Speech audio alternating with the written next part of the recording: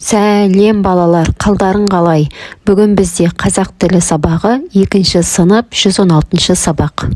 Бүгінгі сабақта сын есімді жалғастырамыз. Ең алдымен сын есімнің ережесін еске түсіріп алайық. Еске түсірместен бұрын менің каналыма тіркеліп, қоңырау белгісін басып қойыңдар.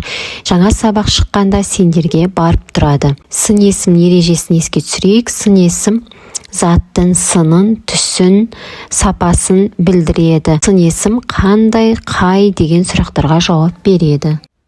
51-ші жаттығу. Өлеңді көшіріп жаз.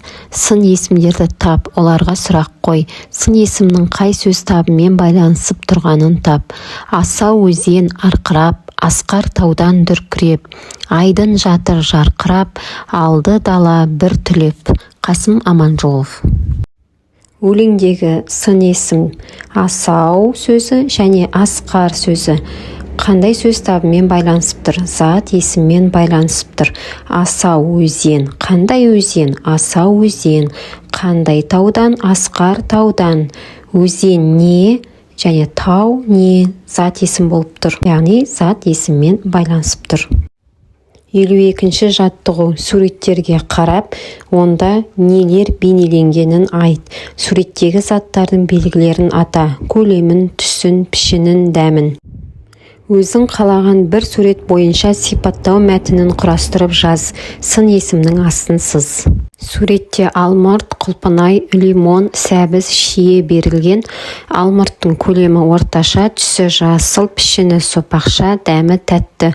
Құлпынайдың көлемі кішкентай, түсі қызыл, пішіні сопақ, дәмі тәтті. Лимон көлемі орташа, түсі сары, пішіні сопақ, дәмі қышқыл. Сәбіз көлемі орташа, түсі қызғылт сары, пішіні ұзын, дәмі дәмді. Шие көлемі кішкентай, түсі қызыл, пішіні домалақ, дәмі қышқыл. Лимон сөзіне сипаттау мәтіні. Лимон руталар тұқымдасына жататын мәңгі жасыл ағаш.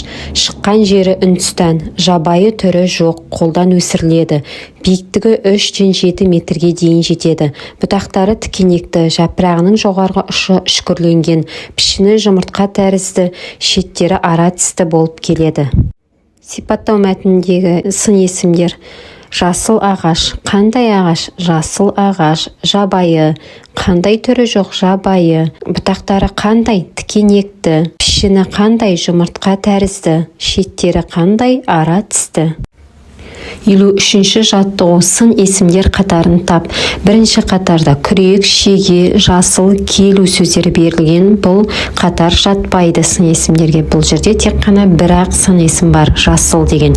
Екінші қатар піл, мөлдір, тұнық, маймыл.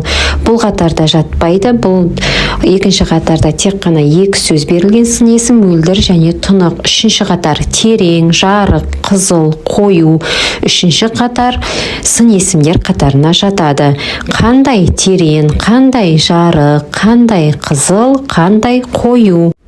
Төртінші қатарда балапан, таңқурай, үлкен, жүз деген сөздер берілген. Бұл жерде де сын есім біреу ғана, үлкен. Сонымен балалар, үшінші қатар бізде бірыңғай сын есімдерден құралған қатар екен. Яғни бізде дұрыс жауабы үшінші қатар болады. 54-ші жаттығу. Жаңылтпаштың қатесін түзеп, көшіріп жаз. Сын есімдерді тап. Үшкір тұмсық, сұр шымшық, сордан ұшты, құрт шымшып. Бұл жерде сын есім үшкір. Қандай тұмсық? Үшкір. Қандай шымшық? Сор шымшық.